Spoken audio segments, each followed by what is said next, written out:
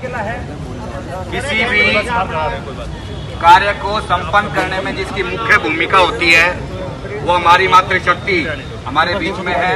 मैं विशेष करके आपसे निवेदन करूंगा, एक बार इन लोगों के लिए आप ताली जरूर बजाएं जो घर संभालती हैं, अपने आप को संभालती हैं, हमें संभालती हैं और पूरे समाज को संभालती हैं। साथियों, बहुत ही दुख की बात भी है और समस्या तो है ही। हम लोग साउथ एमसीडी में हैं, थोड़ा सा हमें राहत है, लेकिन 1 महीने में हम भी पहुंच गए हैं। अब हमारे बीच में हमारे साथी बैठे साउथ एमसीडी के, जानकारी है हम सबको। मैं आपके बीच में रखना चाहूंगा कि हम लोग भी तपन से सिकाई शुरू हो गई है हमारी भी। आप इस चीज को ये देखिए कि ये क्यों हो रहा है। मैंने अपने घर में बैठ के अपने साथियों में बातचीत करके एक निष्कर्ष पर निकला मैं। क्या मैं ठीक हूं? आप बताइए, क्या इसमें पॉलिटिक्स नहीं है? जब घर के अंदर एक मुखिया, मैं मुखिया हूं घर का, और जब घर का आटा लेने के लिए मैं 15 दिन डिले करता हूं जानबूझ के, या बच्चों को नहीं पता होता इस बात का कि पापा जानबूझ के नहीं ला रहे हैं या है ही नहीं इनके पास पैसे। नॉर्थ एमसीडी के अंदर सबसे पहले ये समस्या बनी, वहां पे अधिकारियों का निकम्मापन था। वहीं से हर चीज की शुरुआत होती है, खास करके कर्मचारियों को प्रताड़ित करने का कार्य। पहला काम कि वहां पर अधिकारियों का इतना क्षोभ था, विशेष करके मैं अपने अध्यापक अध्यापिकाओं के लिए कहूंगा कि ऑफिस से फरमान चलता था, स्कूल तक आते आते टीचर कांपने लग जाते थे।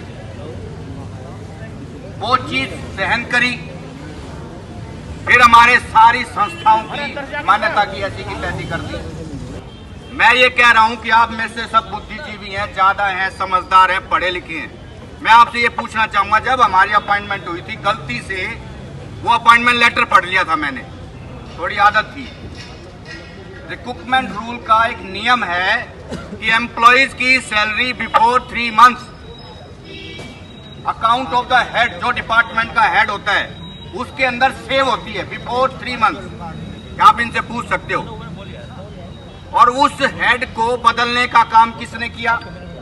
भाई साहब 1 मिनट के लिए, 2 मिनट रुक जाओ भाई, अगर बोलना फिर इसमें आ जाओ। भाई साहब, आप लोगों ने हमारा सैलरी का हेड ही क्यों बदला? 2 हेड चल रहे हैं एमसीडी के अंदर, एक प्लान एक नॉन प्लान। शाब्दिक अर्थ से भी समझ गए होंगे आप लोग।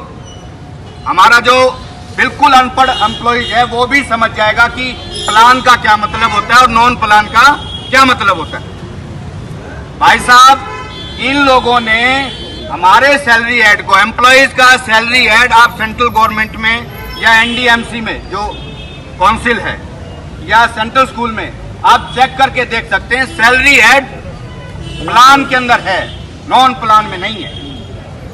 इन लोगों ने ठेकेदारों की अपने ऑफिस का एक्सपेंडिचर, अपने हाथ की पावर 2000-50,000 जो सैंक्शन करने की है उसको तो प्लान में रख लिया है और हमारे सैलरी हेड को नॉन प्लान में डाल दिया। कहां से मिलेगी सैलरी हमें? हमारे यूनियन के साथी हैं, बुद्धिजीवी हैं, अब तो सारे ही जुड़ गए हैं, बहुत हमसे भी समझदार आदमी जुड़ गए हैं। अध्यापक का तो काम है बोलना, सभी बोलते हैं, तो हम तो बोल के जा सकते हैं।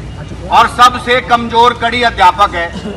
मैं फिर कह रहा हूं कि जब सैलरी मिलती है तो शायद अभी हमारी बहन जी बता रही थी कि हम लोगों को छोड़ के बाकी सबकी सैलरी निकाल दी नॉर्थ एमसीडी में। सबसे कमजोर कड़ी है ना अध्यापक, और आप उम्मीद करते हैं कि अध्यापक सबसे ज्यादा है। जब हमें पिसना ही है, हमें मरना ही है, तो कम से कम घर में बैठ के तो मरेंगे, कोरोना से तो बच जाएंगे। और एम्प्लॉय जिनको सबसे पहले सैलरी मिलती है, जो और संगठन हमारे साथ जुड़े हैं, मैं उनसे निवेदन करूंगा कम से कम सैलरी सबसे पहले मिलनी है तो धरने पर तो सबसे पहले आओ, सबसे पहले धरने पर तो आओ आप लोग भी।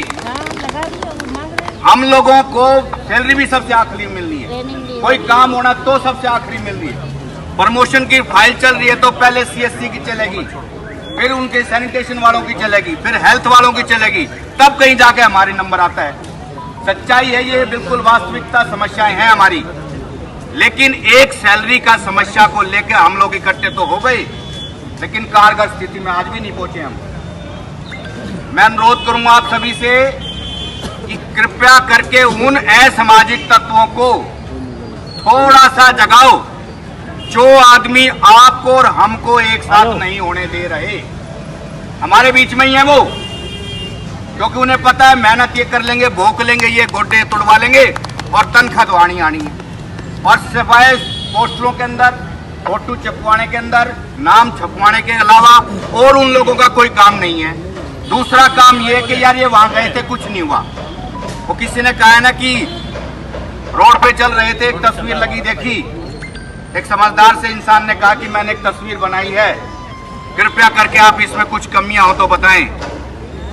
हमारे बहुत से साथी, जो साथियों का जिक्र मैं कर रहा हूं, हम जब जो कोने में बैठ के करते हैं उनकी बातें कर रहा हूं मैं। वो नेगेटिव आदमी कम से कम 1000 होंगे, वो 900 निकले, 999 क्वेश्चन पॉइंट हो गया उस तस्वीर पे कि ये कमी है, ये कमी है, ये कमी है, ये कमी है।